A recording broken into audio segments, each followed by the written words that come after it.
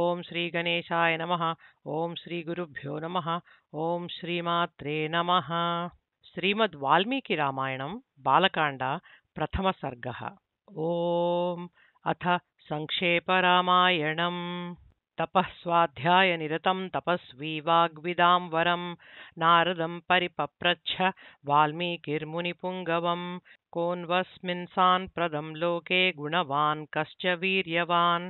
ధర్మజ్ఞశ్చ కృతజ్ఞశ్చ సత్యవాక్యో దృఢవ్రతః చారిత్రేణ చ కో యుక్తః సర్వభూతేషు కో హితః విద్వాన్ కః కః సమర్థశ్చ కశ్చైక ప్రియదర్శనః ఆత్మవాన్ కో జితక్రోధో ద్యుతిమాన్ కో నసూయకః కస్య బిభ్యతి దేవాశ్చ జాతరోషస్య సంయుగే ఏతదిచ్ఛామ్యహం శ్రోతుం పరం కౌతూహలం हि मे महर्षे त्वं समर्थोऽसि ज्ञातुमेवं विधं नरम्. श्रुत्वा चैतत्रिलोकज्ञो वाल्मीकिर्नारदो वचः श्रूयतामिति चामन्त्र्य प्रहृष्टो वाक्यमब्रवीत्. बहवो दुर्लभाश्चैव ये त्वया कीर्तिता गुणाः मुने वक्ष्याम्यहं बुद्ध्वा तैर्युक्तः श्रूयतां नरः. इक्ष्वाकुवंशप्रभवो रामो नाम जनैः श्रुतः नियतात्मा महावीर्यो द्युतिमान् धृतिमान् वशी बुद्धिमान् नीतिमान् वाग्मी श्रीमान् शत्रुनिबर्हणः विपुलांशो महाबाहुः कम्बुग्रीवो महाहनुः महोरस्को महेश्वासो गूढजत्रुररिन्दमः आजानुबाहुः शुशिराः सुललाटः सुविक्रमः समः समविभक्ताङ्गः स्निग्धवर्णः प्रतापवान् पीनवक्षा विशालाक्षो लक्ष्मीवान् शुभलक्षणः धर्मज्ञः सत्यसन्धश्च प्रजानां च हिते रतः यशस्वी ज्ञानसम्पन्नः शुचिर्वश्यः समाधिमान् प्रजापतिसमः श्रीमान् धाता रिपुनिषूदनः रक्षिता जीवलोकस्य धर्मस्य परिरक्षिता रक्षिता स्वस्य धर्मस्य स्वजनस्य च रक्षिता वेदवेदाङ्गतत्त्वज्ञो धनुर्वेदे च निष्ठितः सर्वशास्त्रार्थतत्त्वज्ञः श्रुतिमान् प्रतिभानवान् सर्वलोकप्रियः साधुरधीनात्मा विचक्षणः सर्वदाभिगतः सद्भिः समुद्र इव सिन्धुभिः आर्यः सर्वसमश्चैव सदैकप्रियदर्शनः स च सर्वगुणोपेतः कौसल्यानन्दवर्धनः समुद्र इव गाम्भीर्ये धैर्येण हिमवानिव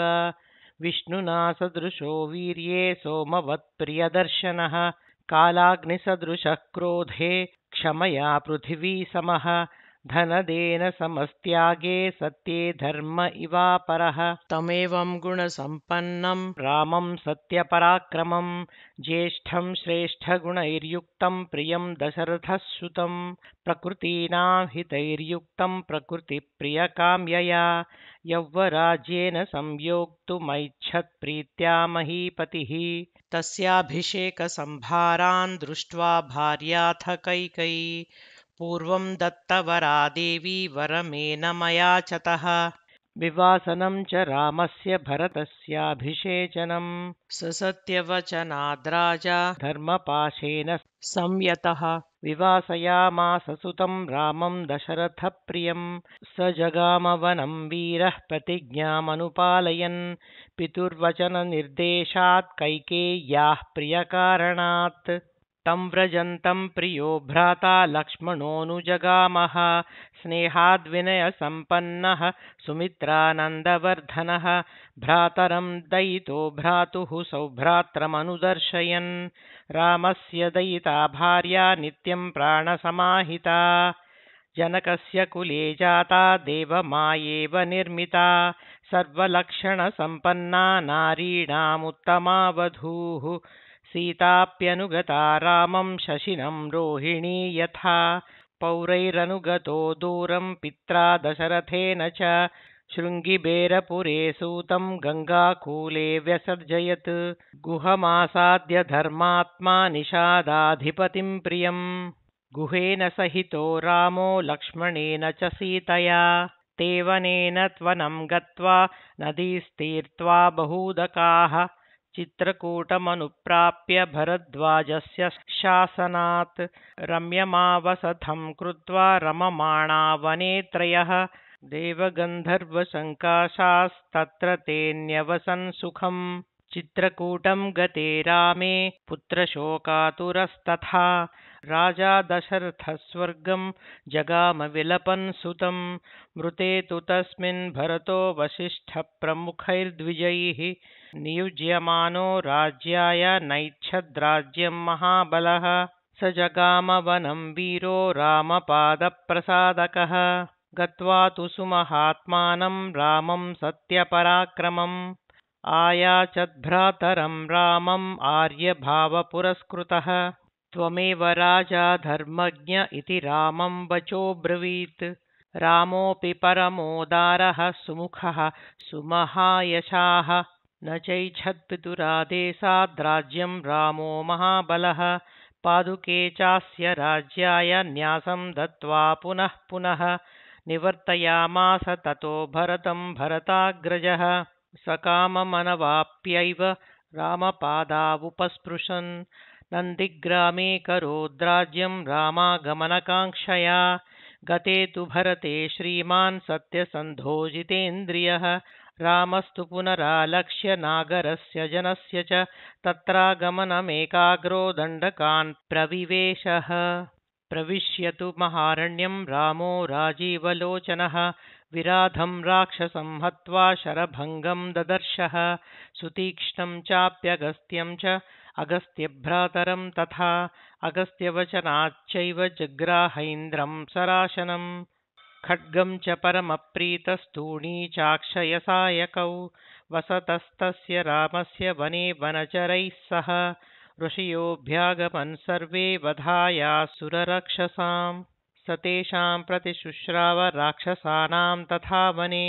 प्रतिज्ञातश्च रामेण वधः संयतिरक्षसां ऋषीणामग्निकल्पानां दण्डकारण्यवासिनां तेन तत्रैव वसता जनस्थाननिवासिनी विरूपिता शूर्पणखा राक्षसी कामरूपिणी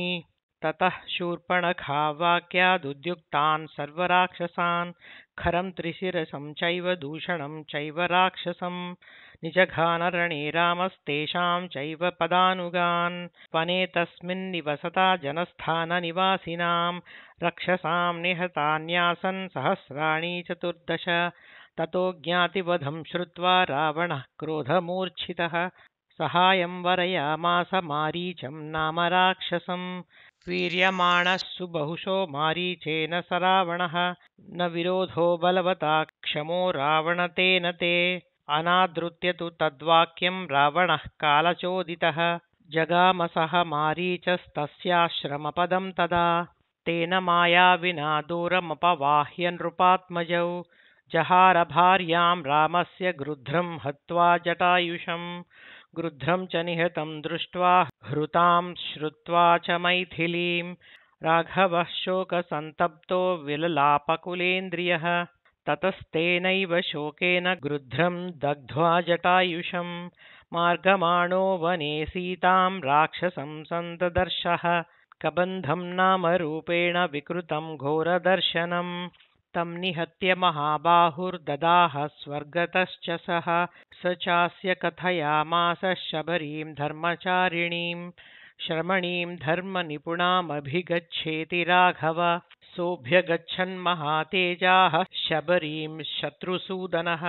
शबर्या पूजितः सम्यग् ग्रामो दशरथात्मजः पम्पातीरे हनुमता संगतो वानरेणः हनुमद्वचनाच्चैव सुग्रीवेण समागतः सुग्रीवाय च तत्सर्वं शंसद्रामो महाबलः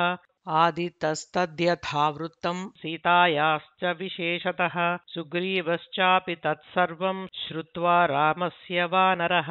चकार सख्यं रामेण प्रीतश्चैवाग्निसाक्षिकं ततो वानरराजेन वैरानुकथनं प्रति रामायावेदितं सर्वं प्रणया दुःखितेन च प्रतिज्ञातं च रामेण तदा वालिवधं प्रति वालिनश्च बलं तत्र कथयामास वानरः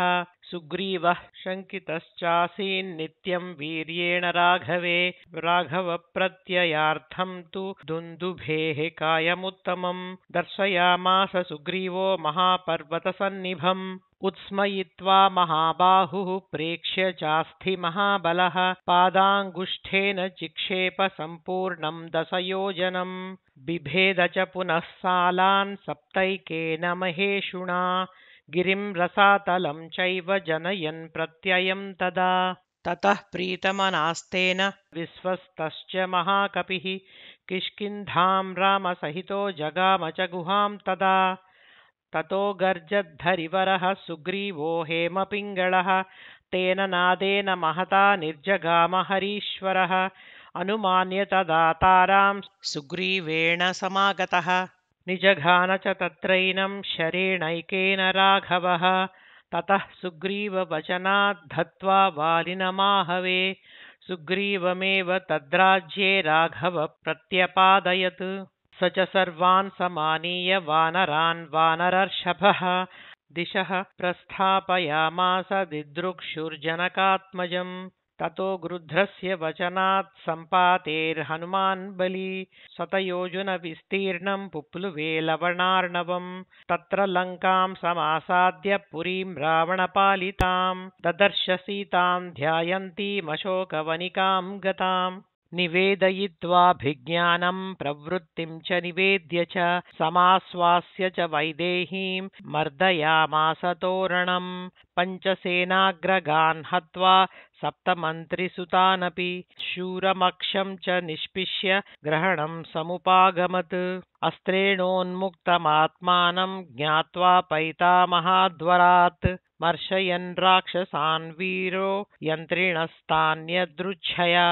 ततो दग्ध्वा पुरीं लङ्कां मृते सीतां च मैथिलीं रामाय प्रियमाख्यातुं पुनरायान् महाकपिः सोऽभिगम्य महात्मानं कृत्वा रामं प्रदक्षिणं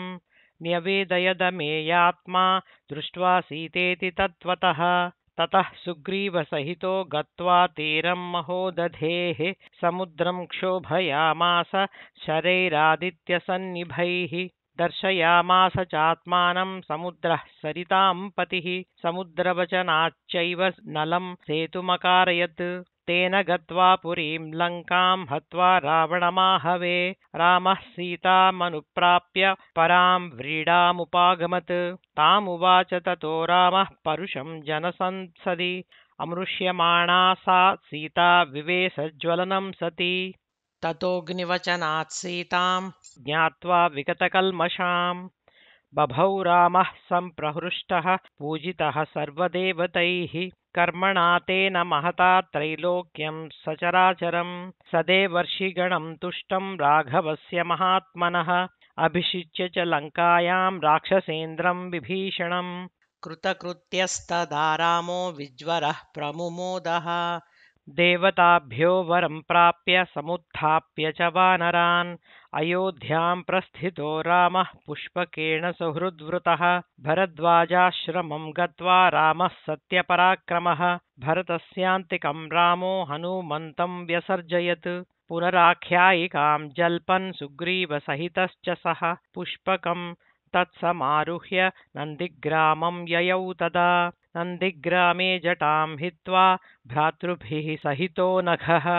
रामः सीतामनुप्राप्य राज्यं पुनरवाप्तवान् प्रहृष्टमुदितो लोकस्तुष्टः पुष्टः सुधार्मिकः निरामयो ह्यरोगश्च दुर्भिक्षभयवर्जितः न पुत्रमरणं किञ्चिद् रक्ष्यन्ति पुरुषाः क्वचित् नार्यश्चाविधवा नित्यं भविष्यन्ति पतिव्रताः न चाग्निजं भयं किञ्चिन्नाप्सुमज्जन्ति जन्तवः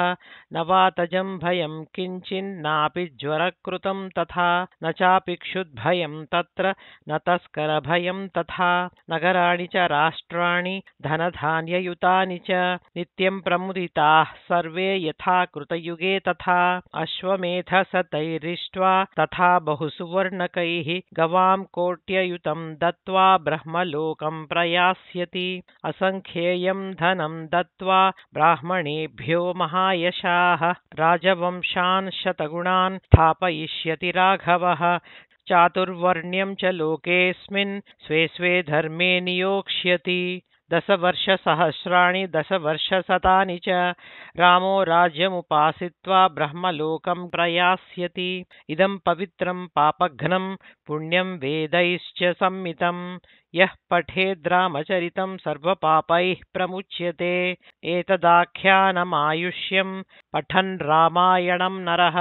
सपुत्रपौत्रः सगणः प्रेत्य स्वर्गे महीयते। पठन् द्विजो वा वृषभत्वमीयात् स्यात् क्षत्रियो भूमिपतित्वमीयात् वणिक्जनः पण्यफलत्वमीयात् जनश्च शूद्रोऽपि महत्त्वमीयात्। इत्यार्षे श्रीमद् रामायणे वाल्मीकीये आदिकाव्ये चतुर्विंशतिसहस्रिकायां संहितायां बालकाण्डे कथासङ्क्षेपो नाम प्रथमः सर्गः। स्वस्ति प्रजाभ्यां परिपालयन्तां न्यायेन मार्गेण महीं महिषाः गोब्राह्मणेभ्यः शुभमस्तु नित्यं लोकाः समस्ताः सुखिनो भवन्तु। Thank you for watching my video. Please subscribe to my YouTube channel Sharanagati, your channel for learning Sanskrit slokas.